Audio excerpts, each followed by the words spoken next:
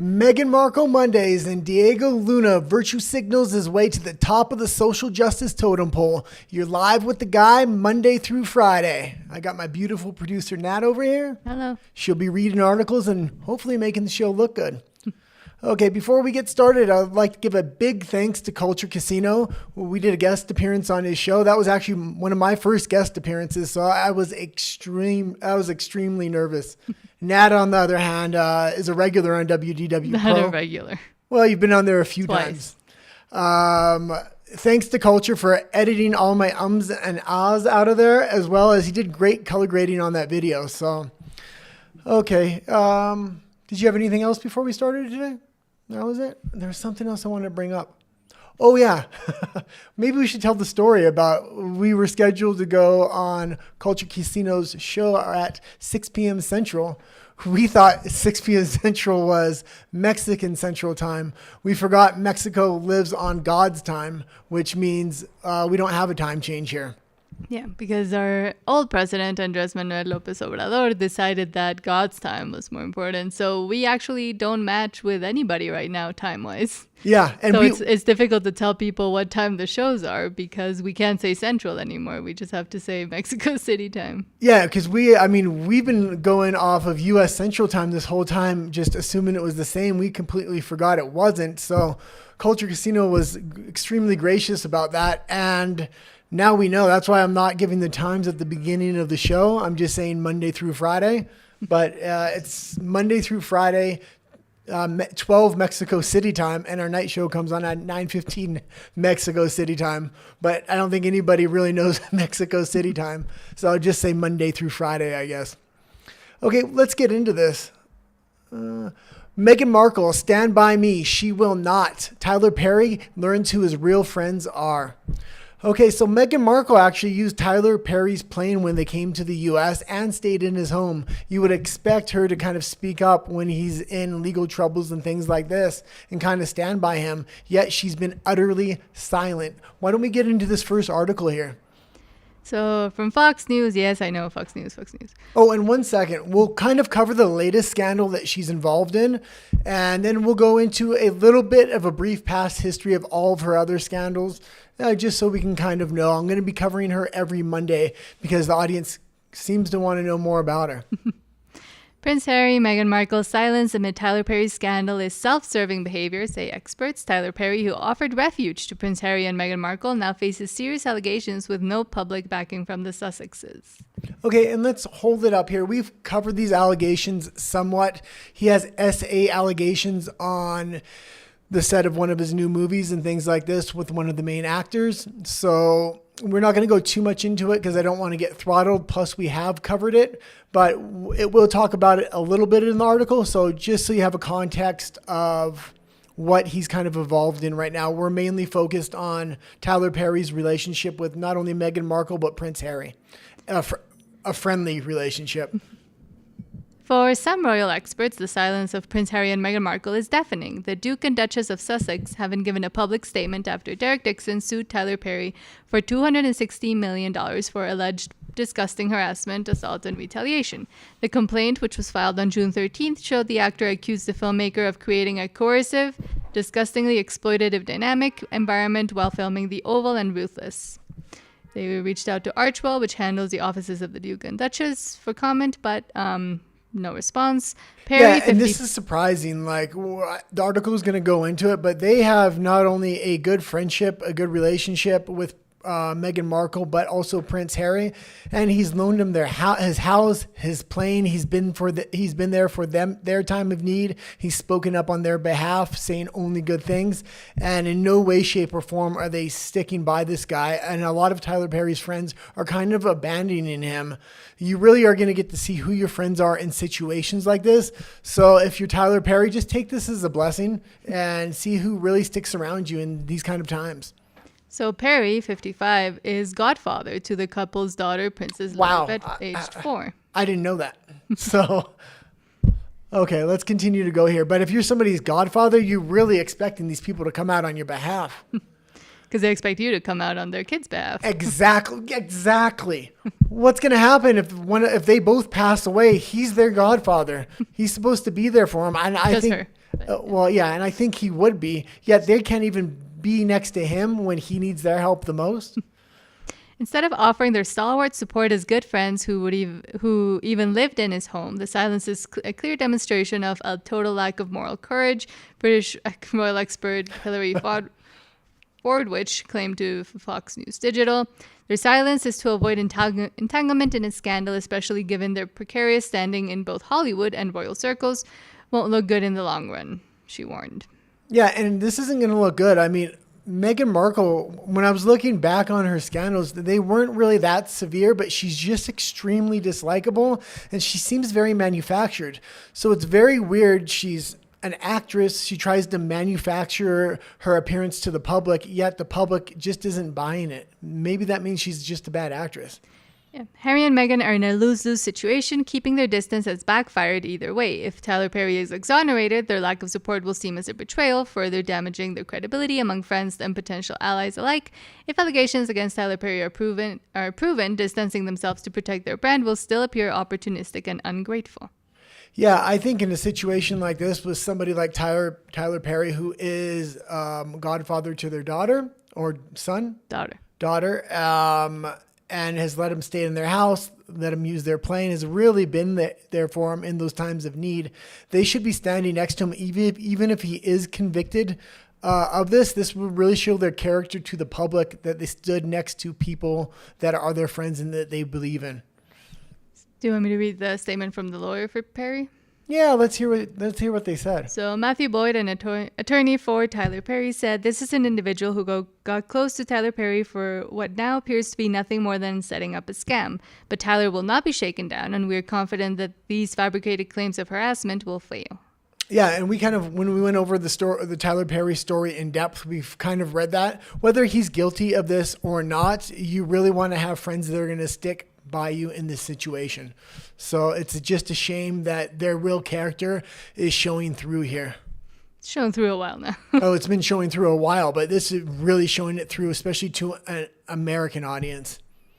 So Dixon claims he was, the disgusting things happened by Perry in January 2020, months before the Duke and Duchess of Sussex stepped back as senior royals and moved to California, and hence were relying on Perry.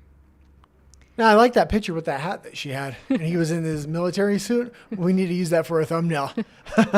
In the 2022 Netflix docuseries Harry and Meghan, Perry spoke out about his close friendship with the couple and how he offered them refuge at his Los Angeles home where the family could feel safe with their then 1-year-old son, Prince Archie, after their royal exit. You said, stay as long as you need to. We said, maybe we just stay forever, Harry, 40, told Perry, as quoted by People magazine.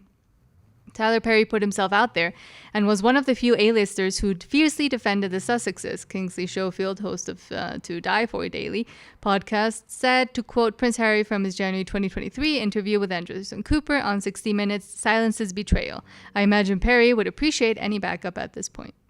Yeah, and also that being said, it was Tyler Perry and Oprah Winfrey that really ushered them into Hollywood. Now, they may be making all the wrong moves with their branding, their Netflix, and everything else, but they were given top-tier treatment, these contracts, and Hollywood opened up to them. But because of Oprah Winfrey and because of Tyler Perry and Oprah Winfrey are very close. I'm sure they've had discussions behind closed doors into helping these two out, because these two got an extraordinary amount of help from those two specifically. Okay, why don't we go into her past scandals? And the other day I covered masculinity in Hollywood. We were a little bit long-winded when we covered past movies and things like that. So we'll try to cut down her past scandals somewhat. There's 6, I would say, major ones. Let's go into them. And it starts with the bullying allegations here. And this was from 2018 until 2021.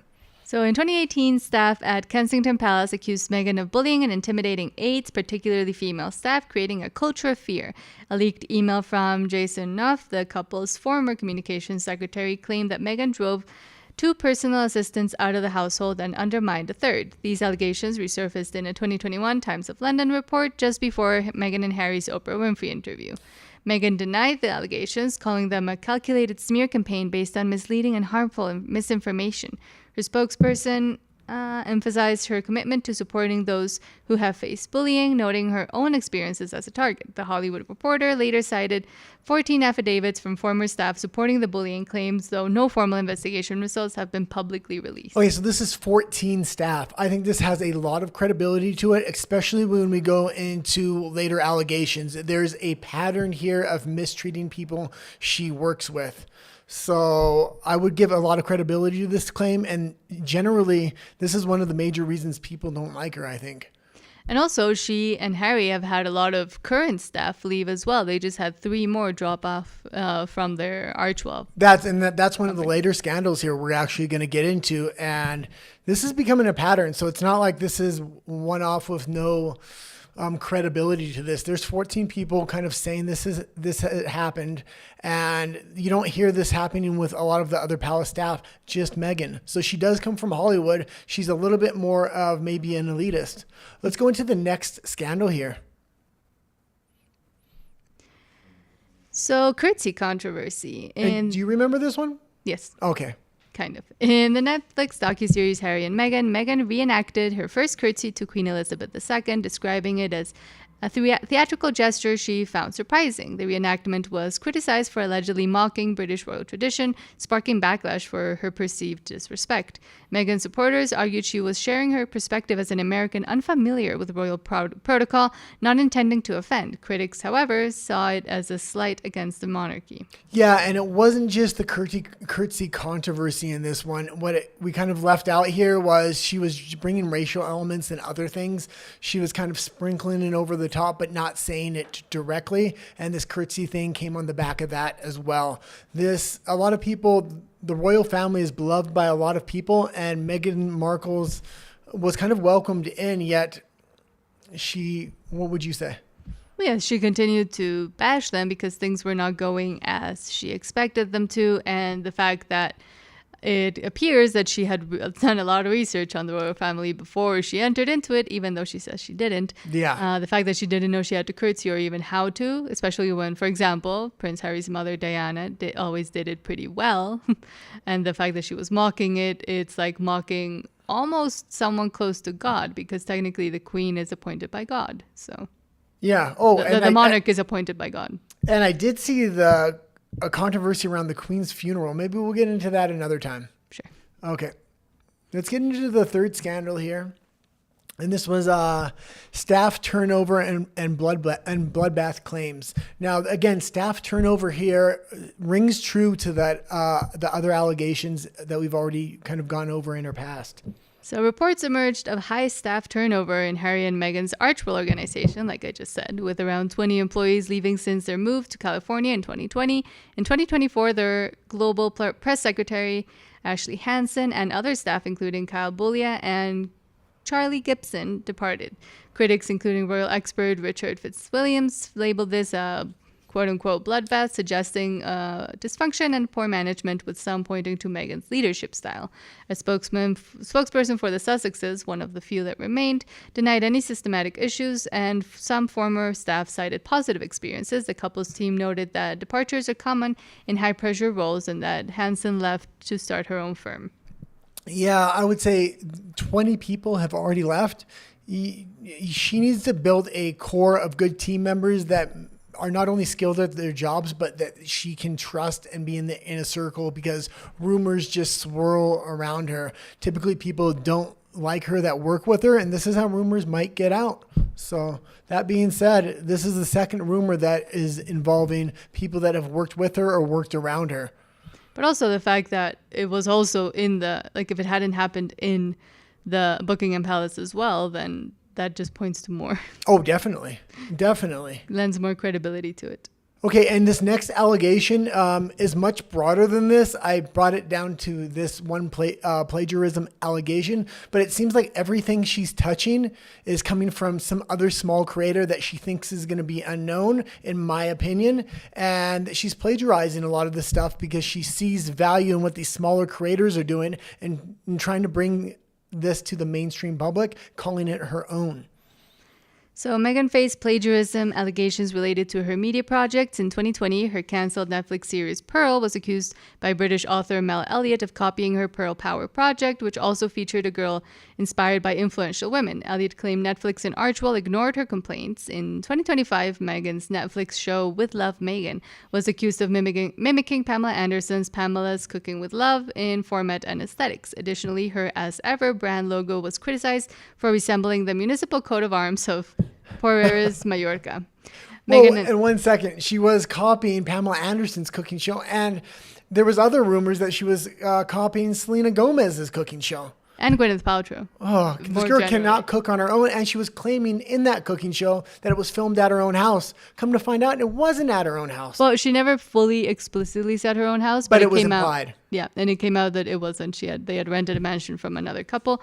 And also with the Netflix, her As Ever brand, it seems like she wants to make herself out as this big businesswoman who's now entering the business world. She did a whole podcast about it. But in that same podcast, she actually came out to say that it's a Netflix product. So Netflix creates products for other brands like Bridgerton and other shows they do, like makeup and lipstick. And now she's claiming that she came up with it all on her own, while Netflix is the one that's producing everything and white labeling everything. Yeah, and everything she kind of touches has this era of eliteness to it, but not in a good way, almost snobbiness. Snobbishness? I think snobbiness.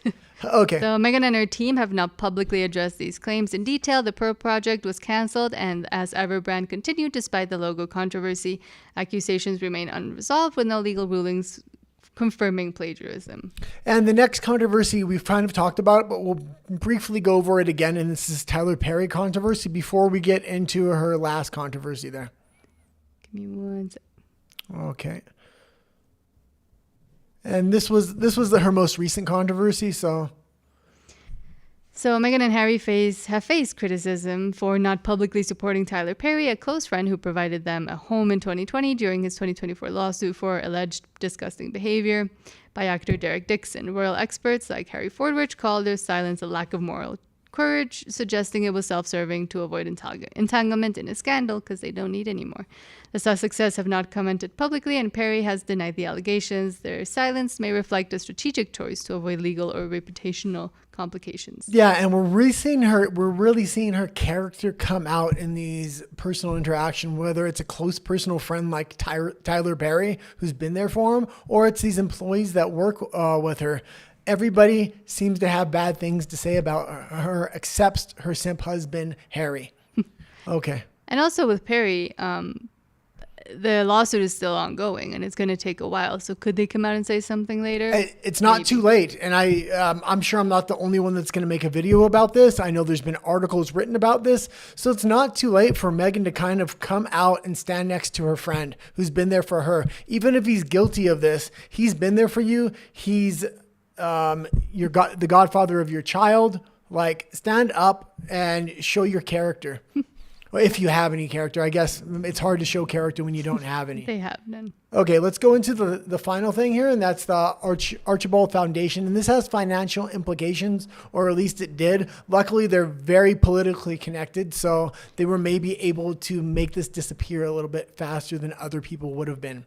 So in 2024, reports surfaced that over $6 million in donations to the Sussexes Archwell Foundation were unaccounted for in IRS filings. Two organizations reported donating $6 million and $10,050, but Archwell declared only $1 million in grants from anonymous donors. In May 2024, the foundation was temporarily banned from fundraising by California's Department of Justice due to a late payment issue, which Archwell attributed to a lost check or administrative error.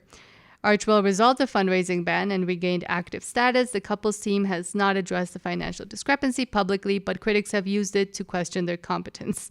The financial issue remains under scrutiny with no clear resolution reported. Well, and I don't think this was necessarily incompetence. I actually think there's a lot more to this scandal than people want to realize. They were going through financial hardships when they left the royal family. They first moved to Victoria, which is right next to Vancouver, where we're originally from.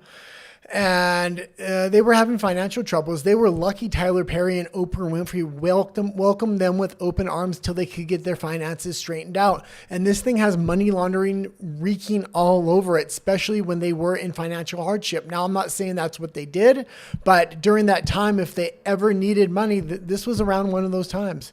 So, and also Prince Harry, was begging the British public to pay for his private security, like last in this year, and he lost that suit against the UK. But the fact that they seem to be trying to find every single way to make scraps of money, why?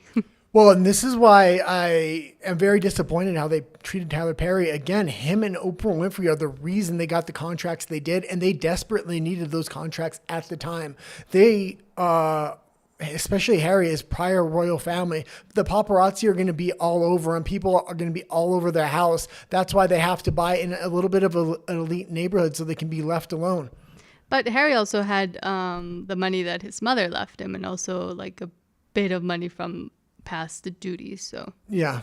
Okay. Well, that's it for Markle, for our Meghan Markle Mondays. We'll be back next Monday with another Meghan Markle video.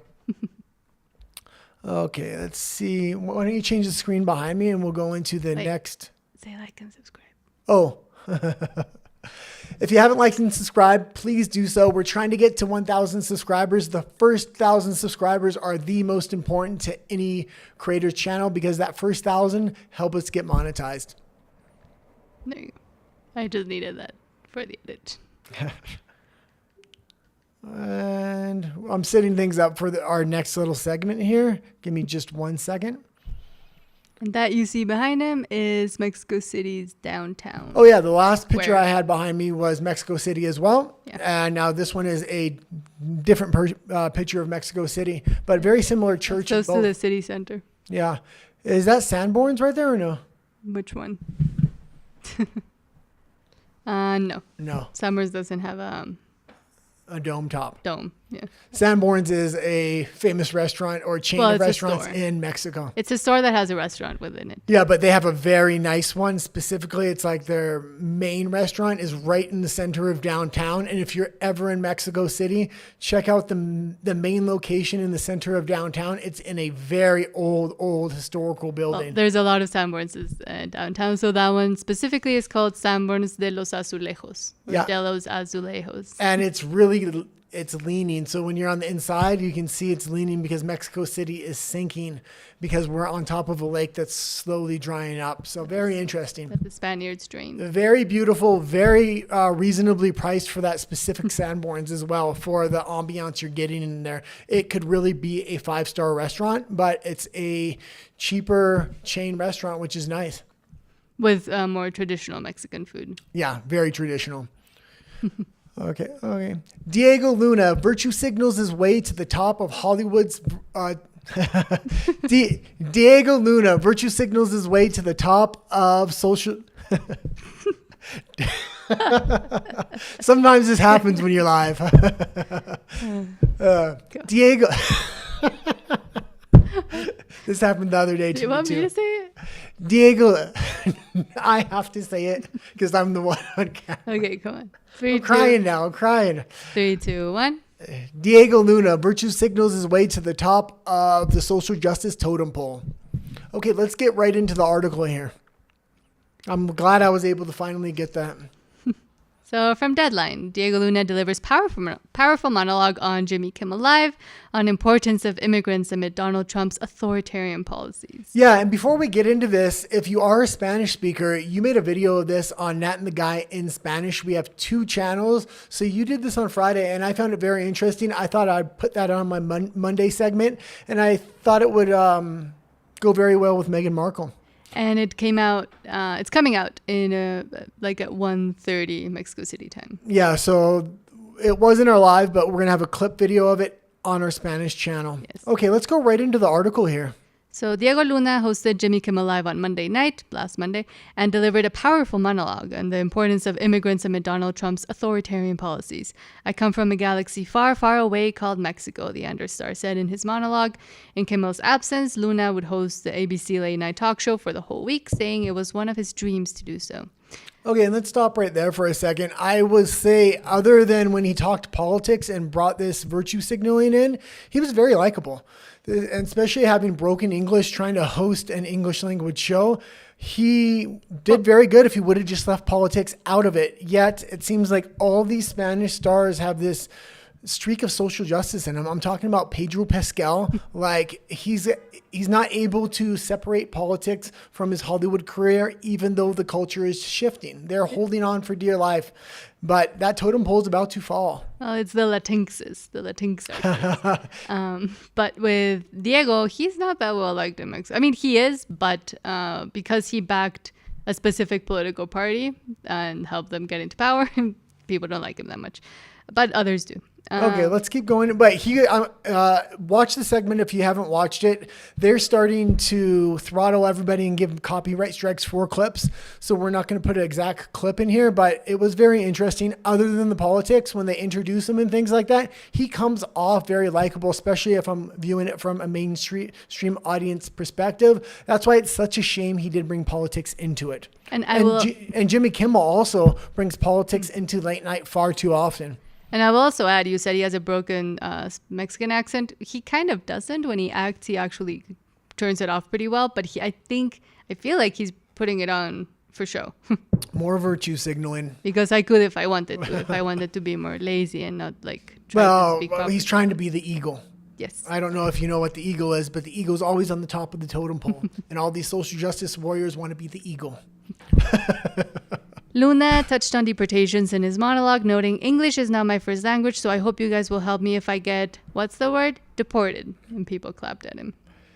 And let's just clear this up really quick. Not all Mexicans think illegal immigration is a good thing, and not all American Mexicans especially. One of the largest voting blocs that went over to Trump were legal people that immigrated legally to the United States in the last election. They want other people to do it legally. America is the one country that has allowed more legal immigration than any other country in the world for decades now. Mm-hmm. They just want this thing to be done legally now. They're trying to clean up the system. Trump is doing a good job so far, but this is not a political channel. If you do want politics, every night, Monday through Friday, we have a complement to this show, which does cover politics at nighttime. Yes.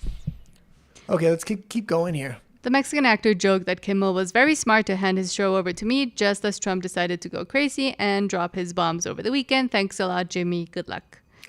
And I don't think that played so well because, Trump did drop the bombs, but it was only 12 days. So we got a resolution to it. Overall, people aren't really upset with that. If they could have connected a more long-term conflict with immigration, they may have had a chance to frame Trump in a very negative way. I did not support what was going on in that conflict either. I'm glad it came to a conclusion very quickly.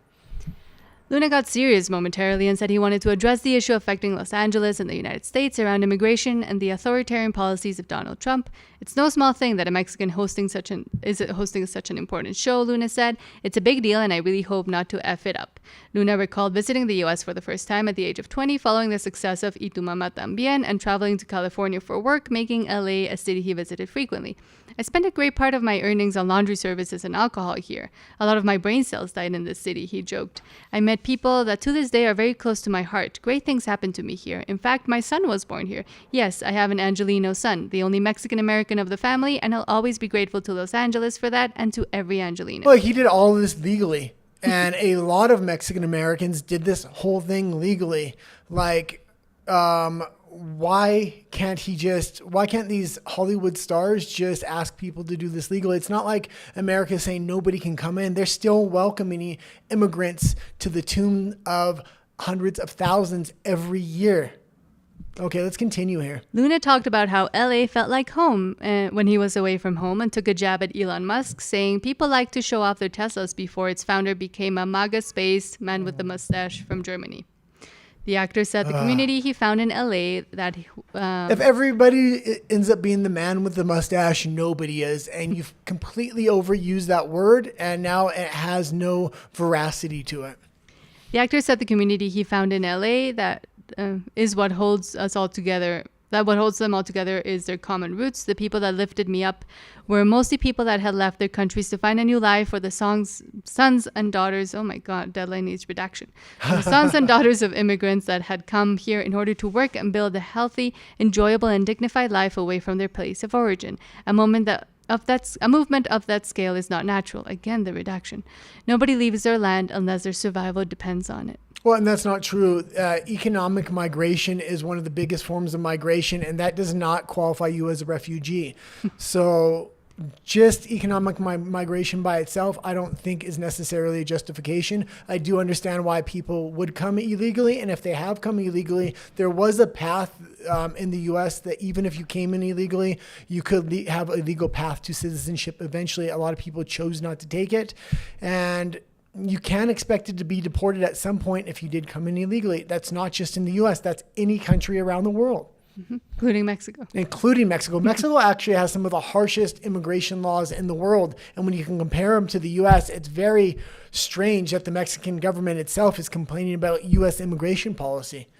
But because the Mexican government can't enforce them because they don't have the capacity to. All people that I met share an unspoken gratitude to this country. Really? The ones that burned the flags? He continued. A country that opened its doors to them. And the most beautiful thing of all is that all these immigrants brought their stories with them. They brought their loyalties, their love, their traditions, always with the openness to adopt new ones, to grow, and to complement each other in this vast cultural exchange. Yeah, and this is traditional leftist progressive rhetoric. They're trying to strum on the heartstrings and not use basic logic. America will allow you in. They've allowed millions of immigrants over the years. They're not discriminating based upon gender or race or anything else. So actually, maybe on gender a little bit, because it seems like it's all military-aged men that are immigrating to the United States, and that's what the government kind of wanted. If you look at the actual statistics, it's 50% men, 50% women, but the women that are immigrating are actually immigrating through marriage, not through the government. Okay, let's continue. Luna noted that what makes LA great is people coming together from different cultures and realities, agreeing to give each other a chance and build something remarkable together, adding, this place is a powerful example of what is possible and what can be achieved when we put empathy first. I have never been able to fully understand how it is that someone like Donald Trump is able to acquire this level of power, he said. This is Donald Trump derangement syndrome again and again and again. It's like, just leave politics out of it. Michael Jordan was the best at this. He said conservatives buy shoes too. And I'm sorry that this segment's getting a little bit more political than I wanted it to, but Diego Luna is really bringing politics right into my wheelhouse, and I'm just not able to not talk politics with this particular segment. I always struggle to understand how this hate speech can take root in a country whose nature has always been a welcoming one. Really? To the Italians, the Irish, the Japanese, welcoming? Okay. It's not hate speech, it's the law. Today, many people feel persecuted. Far too many people live in fear of taking their kids to school or going to places where they can earn an honest living.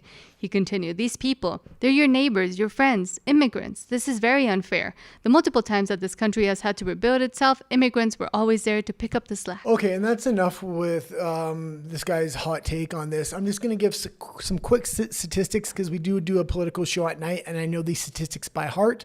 But we'll start with Bill Clinton. Bill Clinton deported 12.5 million immigrants. After him, we had George Bush, which was 10.5 million immigrants. After that, we had Barack Obama, which was 5.5 million immigrants.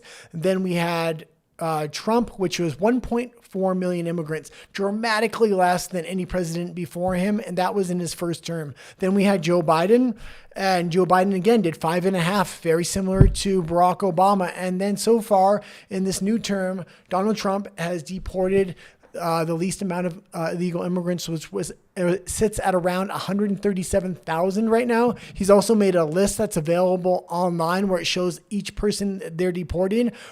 Most of them have criminal records. That criminal record is shown there. He's aware of the narrative that the mainstream media is trying to deport. That's why he's focusing on criminals, and he's deporting so few because he wants to keep control of the narrative before this gets out of hand. Of all the presidents, Bill Clinton by far deported the most, 12.5 million, yet he has zero reputation that's negative. People absolutely love him, and they never talk about that. And people forgot Obama was being called the deporter-in-chief at one point. Yeah, he was the deporter-in-chief because he gave a scathing speech about immigrants and illegal immigration into the United States. And it's far more scathing than anything Donald Trump has ever said. It's on X constantly. It's constantly being thrown in his face.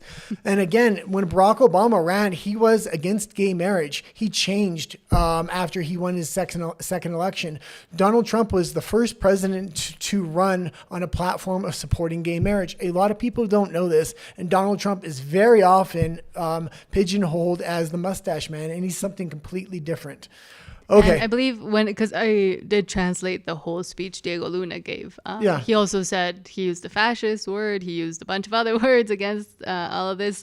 And the fact that he's trying to use empathy and trying to make it seem like it's only like the Mexican, Latin American immigrants. What happened when Joe Biden opened the doors wide open was that people from all over the place, not just Mexico and Latin America, came in. A lot of people from China, a lot of people from the Middle East. And that is also the ones that are being deported. It's not just Mexicans. And the rhetoric turns always towards just the Latin Americans and the Mexicans. Well, and the LGBTQ social justice flag was what they were kind of using as their spearhead or their cudgel for their political views. The progressives were. It seems to be switching to now they want to make immigration this thing. And I think this is going to backfire not only on them, but all these stars in Hollywood that are constantly talking about immigration, how it's this horrible thing Trump is doing. Again, I went over the numbers with you. Donald Trump has deported the least. He's all for legal immigration. He still allows millions of people to migrate legally. They're trying to clean up the system. And with Diego Luna, I mean, me being a Mexican, I know a bit more of his backstory. I did like him in Y Tu Mamá También and some other things he did. But him and Gal Garcia Bernal, who is his buddy, who he does everything with, they got very political here towards the end before they did the move to the U.S. and they started trying to find work over there, more work over there. I mean, Diego Luna got Star Wars.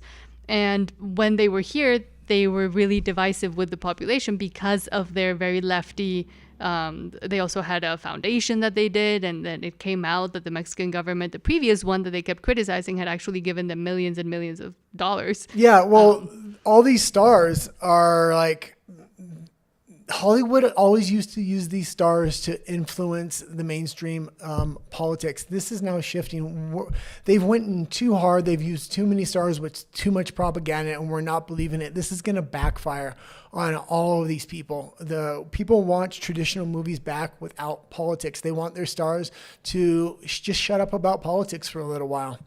Because not always having a platform makes what you're saying a good thing or like interesting to the people, or the people are also a little bit fed up, I think. Yeah, and if Diego Luna pops up in the headlines again, we'll be sure to show it. If you haven't liked and subscribed, please do so. We're trying to get to 1,000 subscribers so we can monetize this channel. The first 1,000 are the most important. Please be one of those first 1,000. Thank you. Okay, let's get into all the headlines of the day. We can switch the background real quick to anything. And there's quite a few headlines and box office numbers coming in. Some of them are disappointing. Some of them are average.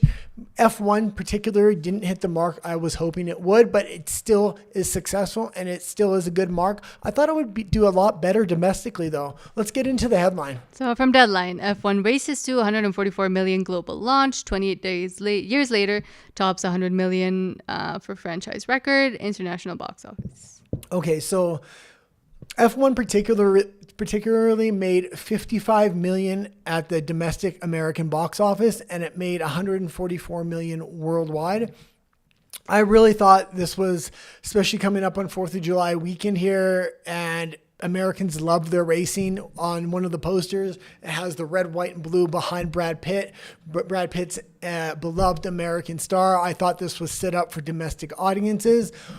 Where it may have fallen a little bit short, it definitely didn't fail. 55 million is still respectable. I don't think it's going to fall off week after week. And we're going to talk about 28 years later, and it had a 70% fall off. This movie, I don't think is going to have a fall off, and I think it's going to do very well week after week, much like Sinners did. So I do have high hopes for this movie. I think it will make at least 500 million, and that's what I'm hoping for. So why don't we read a little bit about it, though? So Apple Original Films F1 has raised to 144 million global launch, including 88.4 million from 78 international box office markets. The starts for the Brad Pitt star are higher than projected coming into the weekend and mark the biggest openings to date for an Apple title. In 78 out of 70. And 1 second there, and this is an Apple title, and I've seen Apple producing a lot of movies and a lot of good movies. They've been really going back to traditional Hollywood and what used to make movies, and this is kind of it. So, it looks like I'm wearing a crown almost with this building. That's the Mexican Revolutionary Monument. Right there. Yes. That's in the, Mexico has all kinds of huge art exhibits, sculptures, things like this. Downtown monuments. Yeah. So it's a absolutely wonderful city. If you haven't been to Mexico City, please come and visit. We moved here from Canada, and it's. Well, I'm from here. Yeah, you're from here. I lived in Canada for a long time. Okay. Let's keep going with this thing. In 74 out of 78 overseas markets, the Joseph Kosinski directed Warner Brothers release was the number one U.S. film. In like-for-likes and at today's exchange rates, F1 is currently tracking on par with Gladiator 2, 18% ahead of World War Z, 34% over Once Upon a Time in Hollywood, 58% bigger than Bad Boys Ride or Die, and 152% above Bullet Train. Okay, so we're going to kind of keep up on this, but this one was pit with... Meghan 2.0. Meghan Part 2, basically. They're calling Meghan 2.0. But that one absolutely bombed at the box office. And I think that's going to bring us into our next story here. Mm-hmm. So from World of Real box office, Meghan 2.0 bombs with projected 10 million opening weekend. And this was a little bit surprising to me, even when you put a female in the lead of a movie as a doll, people are rejecting it. And why do I say this? I don't think this was because it was a horror movie at all, because some really successful movies came out recently and people are craving horror. We seen Sinners did phenomenally well, and it was right in that mid-range budget between $40 and $90 million. And then we seen Final Destination Bloodlines, which just blew the box office right open. So I thought Meghan was... I wasn't excited to see it, but so many horror movies have been doing fantastically lately. Even 28 years later did pretty good on its opening numbers, even though it fell off the next week. Let's read about a little bit about what happened to Meghan 2.0. So from Jordan Ruimi, Blumhouse really messed this one up. A sequel to Meghan 2.0 or Meghan 2.0 should have been a no-brainer hit for them, but now looks like the film will have a week 10 million opening this weekend. There's now a very real chance it doesn't even match the original's debut weekend with 30 million in total domestic gross. Yeah, so this is not looking good for them. This just looked like they were just making a sequel that made a lot of money the first time. They didn't invest in the advertising they needed to, so I don't even think they probably matched the production value in the advertising. They needed more advertising with this. It was also going against F1. I think F1 and 28 weeks later really crushed this movie, because you're going to pick either 28 years later or F1. Rather than Meghan. And I think that's kind of what happened. If it would have been going up against children's movies, it may have had a chance. On streaming, I think it will recover and do fairly well, but it needed to make its box office back. Okay, let's go into 28 years later. And I've been talking about this with the other articles a little bit. So also from World of Real, box office 28 years later crashes 70% in week 2. Will the trilogy capper happen? Sony's 28 years later is struggling to keep momentum in its second weekend, projected to land in 5th place at the box office with a steep 70% drop from its debut. Danny Boyle's sequel earned just $3 million on Friday and is now on track for a $9 million weekend haul, bringing in its domestic total to $49 million and $90 million worldwide after 10 days of release. Yeah, and it may make its budget back, but this movie had trouble getting made. They were on stage at a lot of these film festivals trying to get investors to invest pressed to get the final edits and things like this done. So this movie had trouble financing itself in the first place. Will a third one get done? I think eventually it will. They need to not release it with a major tentpole release like F1. It's the exact same demographic that's going to go see 28 years later as F1. It's a male-oriented audience. Also, that being said, it was Lilo and Stitch a few weeks ago. Go against these children's movies. Horror movies need to release against children's movies because there is a lot of single males or males that go in on dates that don't want to go to children's movies and will pick 28 years later instead. This was a bad release date for this movie. Okay, let's go into the next thing that we have here, and that is going to be Mark Hamill. Oh God, Mark Hamill is another one of these stars that is just cringe. He won't leave politics outside of Hollywood. Everything he says is attached to politics. So Mark Hamill recalls his idea for Luke Skywalker's tragic backstory in Star Wars The Last Jedi. More than 30 years after he'd played the role, Mark Hamill had a much darker idea for Luke Skywalker's life in Star Wars Episode 8, The Last Jedi. That's 8, right? Yeah, 5, 6, 7. Well, I'm bad with numbers. Mark Hamill's still living off that one role. Yes, he was in other movies, but nobody remembers in any of these other movies. And he's getting really known for not his acting in Star Wars, but his political views and his cringe political views. The Emmy winner recalled his pitch for writer-director Rian Johnson about where Luke's life had taken him in the years since Episode 6, Return of the Jedi, that would make him turn his back on the Force before returning in Episode 7, The Force Awakens. I thought, what could make someone give up devotion to what is basically a religious entity to give up being a Jedi, he explained on the Bullseye podcast. All the pop-ups. Well, the love of a woman, Hamill continued. So he falls in love with a woman. He gives up being a Jedi. They have a child together. At some point, the child, as a toddler, picks up an unattended lightsaber, pushes the button, and is ended instantly. The wife is so full of grief, she ends herself as well. Hamill's latest interview comes after he shot down any hopes of Luke returning for another installment in the Disney Lucasfilm franchise after the character passed away during a pivotal moment in The Last Jedi, becoming one with the Force. Let's just kill off all the characters except for him. Just made a huge effort not to say that word, and then you say it. Okay, let's go into that's enough of Mark. At least like later on down the interview, he says that he's grateful to George Lucas. So. Yeah, and maybe we'll bring this up, and I bring this up every time we talk about Star Wars and George Lucas. They've ruined the Star Wars IP. If they want to bring it back, use those lost scripts of George Lucas. There's 60 of them. He wanted to bring Star Wars back to adults right before he sold the franchise to Disney. He had 60 almost completed scripts that were R-rated, geared towards adults. Ryan Reynolds is now also talking about he wants to make an R-rated movie for Star Wars. Make it a standalone and just see if audiences crave it. Don't fold it up into the whole universe where you have to keep going if it's a failure. Just make good movies, good scripts, good actors, good filming, good cinematography. Okay, let's go into, I think Jake Paul is next, or no? No. Henry Golding. Yes. So Henry Golding says stepping into James Bond's shoes is every actor's kind of nightmare. Denis Villeneuve was named the next director for the beloved franchise earlier this week. And I don't think it's every actor's nightmare. I think some actors which were born for the role or would fit the role extremely well wouldn't be intimidated by it at all.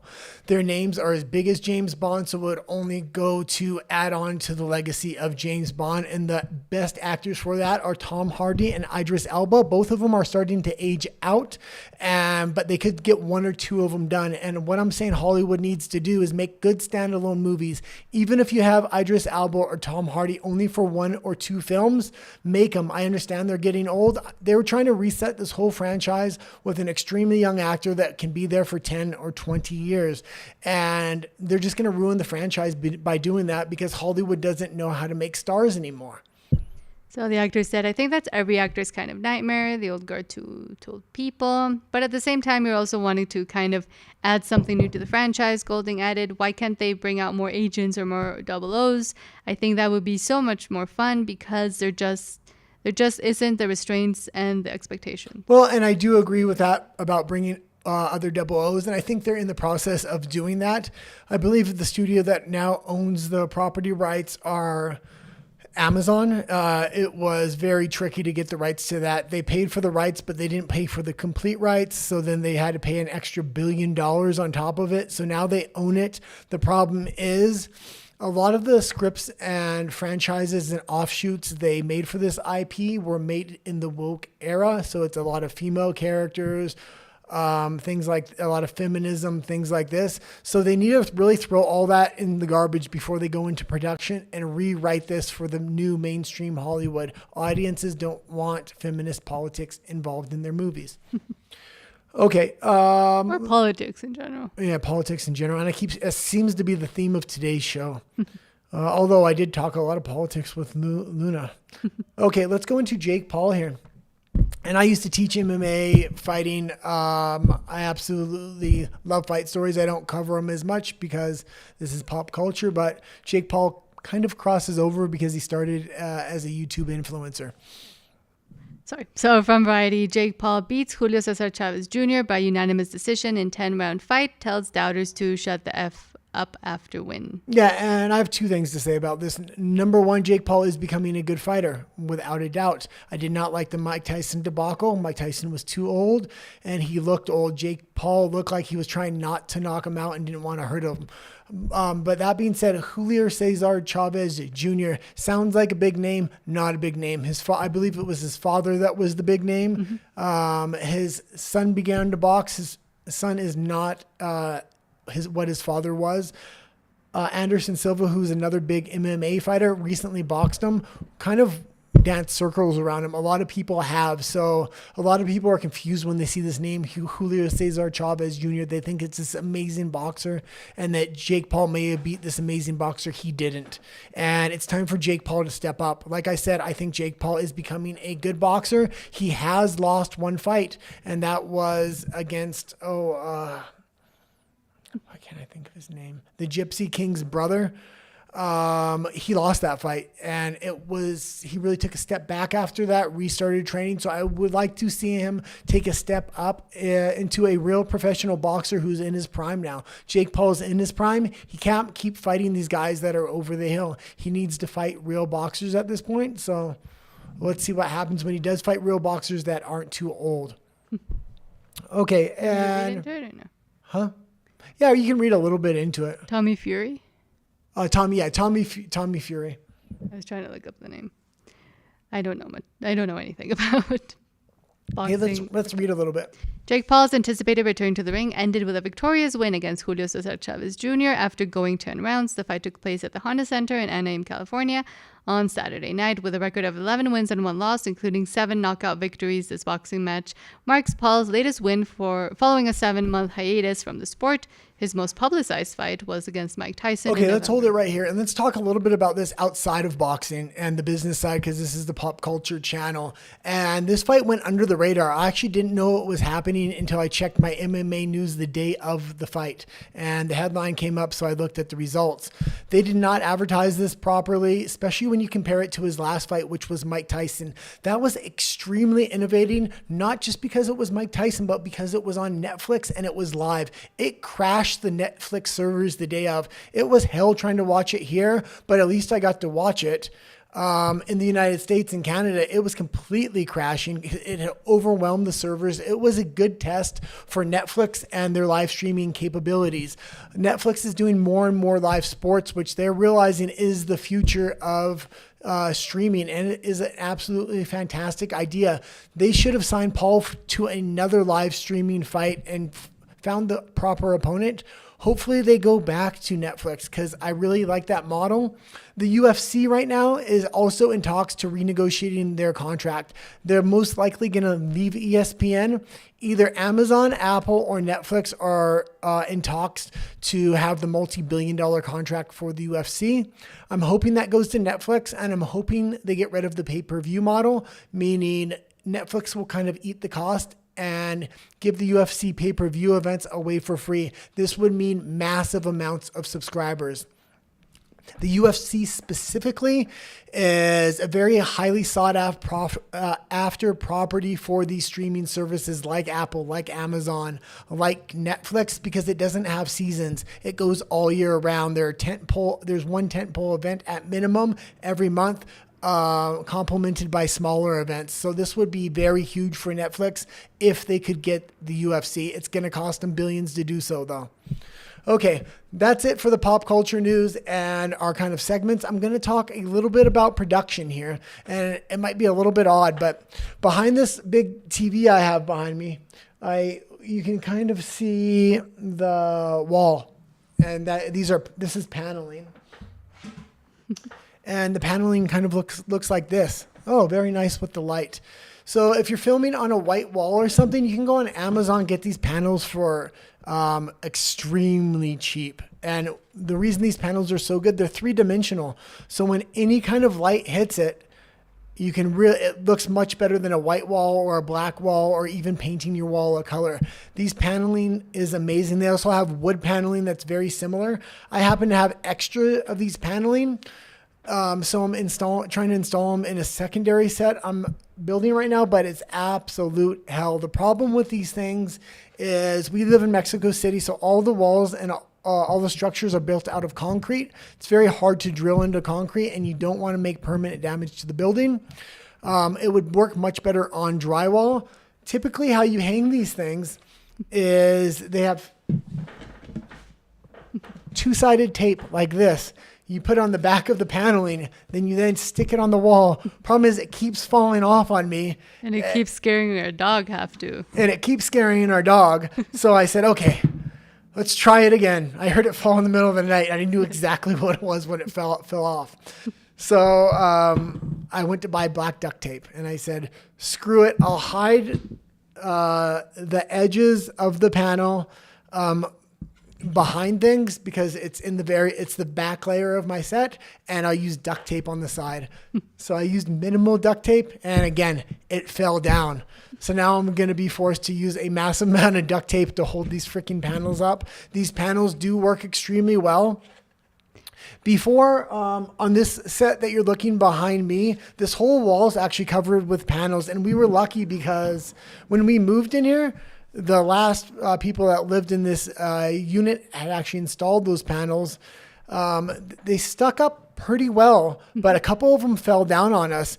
And because it was only 1 or 2 panels I had to fix, I actually used permanent glue on it and like construction glue, and it held phenomenally. But because I'm trying to put a bunch of the panels up, I don't want to use permanent glue. And in the other set, it's not something I want to be permanent. So I'm trying to use two-sided tape and duct tape, but I do recommend to make an extremely cheap set, most people film against a blank wall just to keep it clean, keep it simple, and that can look good, but it very much gets overblown if you're filming too close to the wall. So I do recommend panels like this because of their three-dimensionality, especially when you use lighting. They look fantastic. With colored lighting, it looks really good because you can do several different things, which is what we started off with on our other channel.